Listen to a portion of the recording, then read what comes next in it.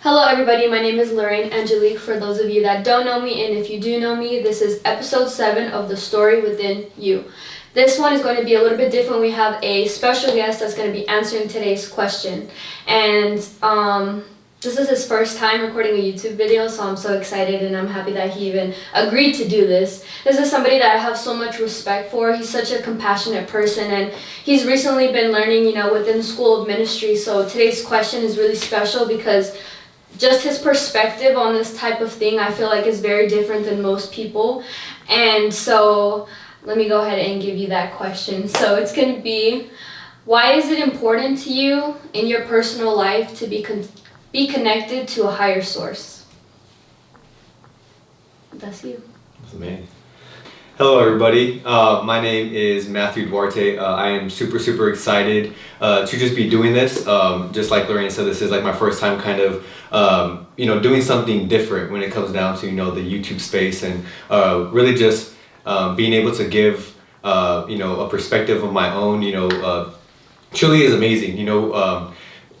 As we just continue to dive into this series of the story within yourself, I love that entire concept, right? I love that entire concept. The reason being is, probably like within like the last, 2 years, I've been in love with the idea of being transformed from the inside out, right? I truly believe that no transformation, no growth, no change happens from an external view first.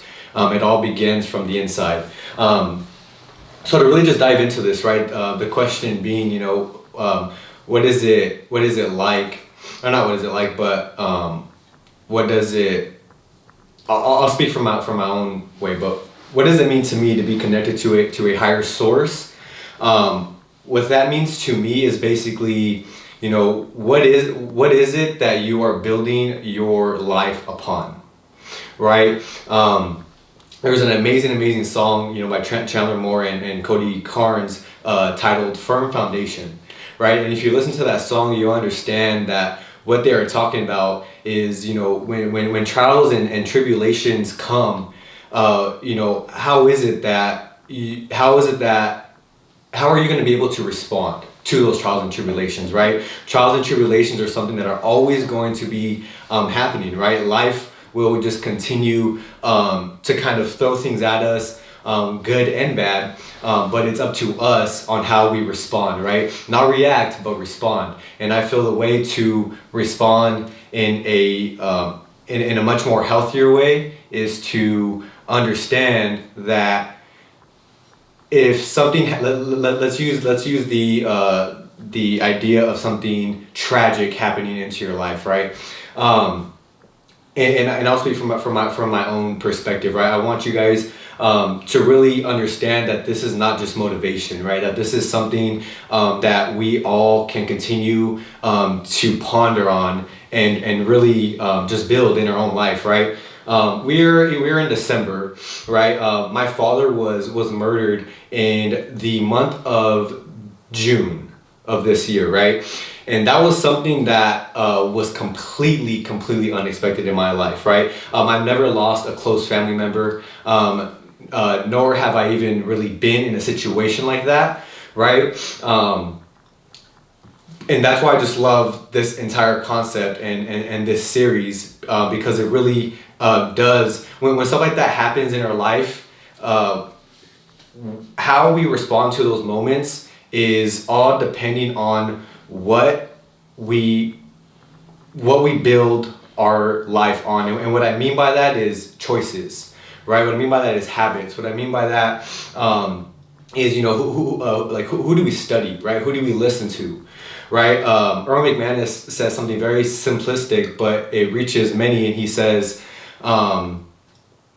whatever informs you forms you, right? So me personally, I'm a huge believer that God stepped into human history by the form in the human of Jesus, right? And we understand and we learn, right, that the Bible is something that is not just a history book.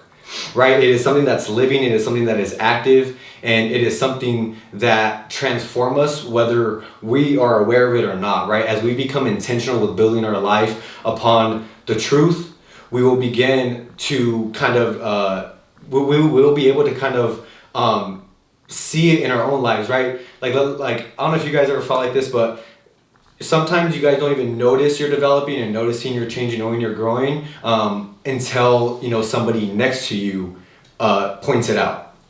Right, it's very hard to see, within ourselves, right, the gym progress or the emotional intelligence or anything like that, unless someone else points it out, right? But how important was it to me that when I lost my dad, that firm foundation, my house was built and will continue to be built on stones, right, on bricks. Right, just use this analogy, right? So when we think of firm foundation, imagine building a house. Imagine building a house and you're building it, with leaves and tree branches, right? What happens when a storm comes? Right, when a storm comes, that house is just destroyed, right? It didn't have the proper resources to be able to stand firm when that storm came, right? But if we are individuals who build our life, right, upon with bricks and with stones and with the truth and with things that are fulfilling us in the inside. And I say the inside because there's a lot of things that I've personally done in my own life to where I try to escape the feeling, right? I try to escape the pain, right? But what's crazy is that as I continue to just kind of walk forward, I'm realizing that pain is actually something that is meant to be embraced. Right, pain is something that's meant to be embraced. Reason being is, when we come in, when we are born into this earth, right, we have zero clue what is going on, right? We all grow up in our own individual story, right? Inside each and every single one of those stories, there is pain, right? There is pain, there is hurt, and I believe that just by understanding that, we then begin to realize, well, it's something to embrace and not to ignore, right? There's a lot of things in our life right now that we're kind of just putting off to the side, whether it's like a strong emotion or something that just has a stronghold in our mind. But the reason being is probably because God wants us to actually process those things, right? To bring it to Him so that He can do the transformation instead of us taking it to another resource, right? It's so much healthier and fulfilling when we go to the source instead of the resource. Right? And it's so important to just understand that whatever it is that you build your life upon will determine how you respond when things that are out of your control just come at you. But to be honest, that's pretty much all I have. That's all you take it away. Wow, that was really good, honestly. And I already knew that his answer was going to be something like special, because I think about this all the time. Like, I don't know how it would be like in my personal life to like lose my dad, and I know that like his dad was someone that was super important to him. So just one more question before we close it out is, because it's been about 6 months, since he's passed away, what is like the biggest difference in your mind and just perspective from like the first moment that like you received the news to like now? Because I know that you had a lot of questions, I know that you had a lot of concerns, and it was just a lot of confusion. And what is like one piece of advice that you could give somebody that might be going through the same exact situation that you went through 6 months ago? Yeah, great question. I would say to just really just know that there's a difference between being by yourself and isolating yourself, right? And I feel one of the biggest things that have helped me since that has happened is community, right? Is the friends around me, right? To have friends that don't just let you stay there. They help you through it, but they don't let you stay there because they understand that that this can be used, right? This is something that I will carry with me for the rest of my life, right? So when I if one of the biggest things that I would encourage, right, is whether it's a situation like this, or whether it's another situation, understand that keeping it in by yourself and just taking it on by yourself will create so much more heaviness in the long run, right? I once heard that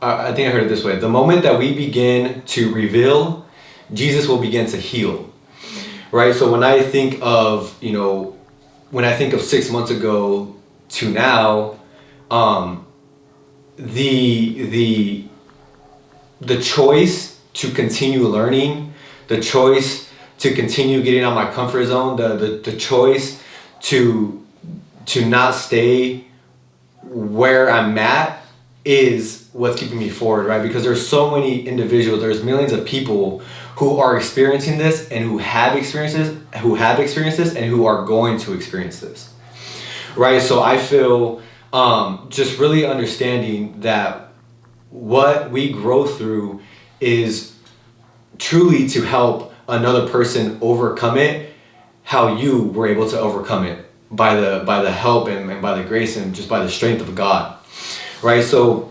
that would be it. My just the kind of all in all with that is really just understand that you're not alone.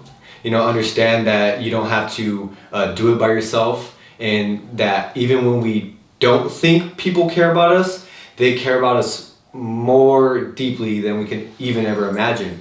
And that's why there are certain people even in your life that you're in proximity with, to where like, you know what, I'm gonna open up to this person, right? And it's something that may be out of our comfort zone. Maybe we didn't really learn how to express ourselves when we were younger, but we live in a time, let this be the time where you start to unlearn everything it is that you once learned that was just incorrect, right? Not wrong, but just incorrect, right? There's so many things, so many choices that does begin with us, and the moment we take full ownership and responsibility of the way that we're thinking, the way that we're feeling, the way that we're acting, right? That's when change begins, is because that is an inside choice and not an outside choice, right? Remember, transformation begins from the inside out. So really just understand that community is meant to be experienced, right? Community is meant to be built. So really just understand that you don't do this alone, and you got people to your left and to your right that love you, that care for you, even when you don't think they do. Wow. Thank you for that perspective. And so that's going to wrap up today's episode of The Story Within You.